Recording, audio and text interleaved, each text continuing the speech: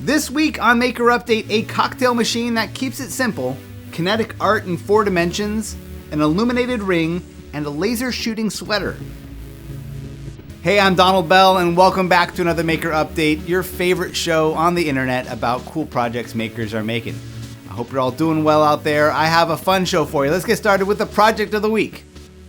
I always love a good cocktail robotics project, and believe me, I've seen a lot of them. The trap most cocktail machine projects fall into is trying to do too much and taking on too many drink options. The APEROLiker by Florian inverts the idea for a machine that makes just one cocktail, but allows you to literally dial in the mix ratio to your exact preference. 3 ingredients, 3 pumps, and a push-to-pour switch just like a fountain drink machine. The pumps run all at once instead of sequentially, but each pump has its speed throttled by the microcontroller so that the ratio of the ingredients is balanced. For the microcontroller, Florian is using the ESP32-based Wemos S2 mini board, which runs just a few bucks. An equally cheap ST7789 TFT display is used to show a fun startup animation and display a settings menu and a mix ratio pie chart that you can adjust with the nearby rotary encoder.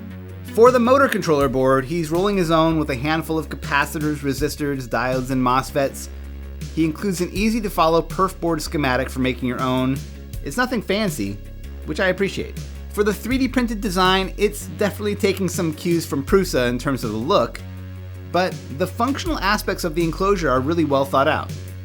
There are heat-set threads to bolt everything together, and the electronics are all neatly tucked away. You could really see this as a finished product. That said, what excites me most is using this as a platform for more silly, playful custom designs. It's uncomplicated, inexpensive, and thoroughly documented. You can find the code and the STL files using the link in the description. More projects. This one is a work of kinetic art exhibited at the CERN Science Gateway and made by Julius von Bismarck and Benjamin Mouse. The work is called Roundabout 4 Dimensions, and it's this large morphing hypercube or tesseract form that is often referred to as a way to illustrate spatial dimensions beyond our concept of 3 dimensions.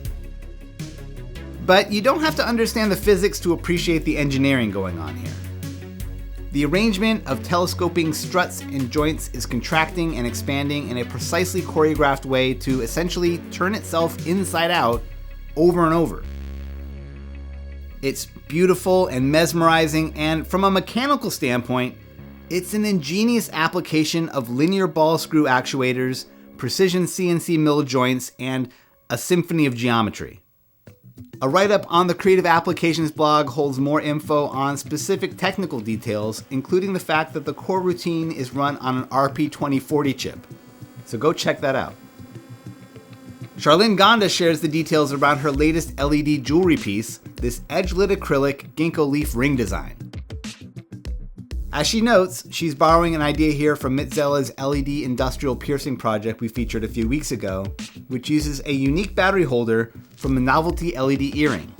One useful takeaway from this project is that instead of using heat shrink or Kapton tape to insulate the soldered LED connection from the brass tubing, Charlyn figured out how to pull the wire's own silicone sheathing up around the exposed part. The solution was essential for getting everything to fit, and it might be a useful trick for your next project. Finally, you gotta check out Handy Geng's Lunar New Year suit. What starts with a sweater fitted out with flashing carnival lights and a seemingly dangerous amount of laser pointer modules leads to matching pants, goggles, a backpack, and even a car cover. It's over the top, awesome, and if you've got a lead on where to buy those big red flashing sign lights, be sure to leave a comment in the description. Now for some tips and tools. By way of Gare's Tips and Tools newsletter, I found this recommendation from Forestier for the JustRite Plunger Can. It's a dispenser you can fill with whatever you like, but probably solvent of some kind. And when you press down on the plunger, a precise amount comes up to wet your rag. It's a neat trick and much safer than working with open cans of chemicals. On his YouTube channel, Jimmy Diresta has a useful and heartwarming collection of shop tips from his father, who sadly passed away recently. Not only is it a solid collection of tips earned over a lifetime, but the video itself honors how much these little tips and tricks really stay with you and contribute to the memories you have of the people who passed them down. So thank you, Jimmy.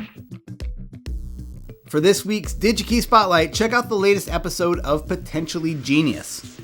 In this episode, Adafruit's John Park asked the Tomorrow Lab team to come up with an interactive pet project that can be created using the new Adafruit Clue Kit. The kit is being offered exclusively through DigiKey and includes the educational clue development board, along with LEDs, a servo, a case, a battery pack, and more.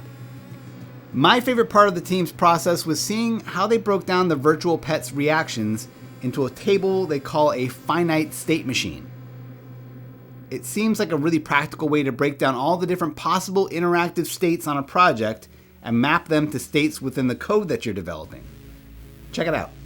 And that does it for this week's show. Be sure to subscribe, leave a thumbs up, leave a comment. Let me know your favorite moment from this week's episode. Big thanks to DigiKey for making this whole show possible, and thank you for watching. I'll see you soon.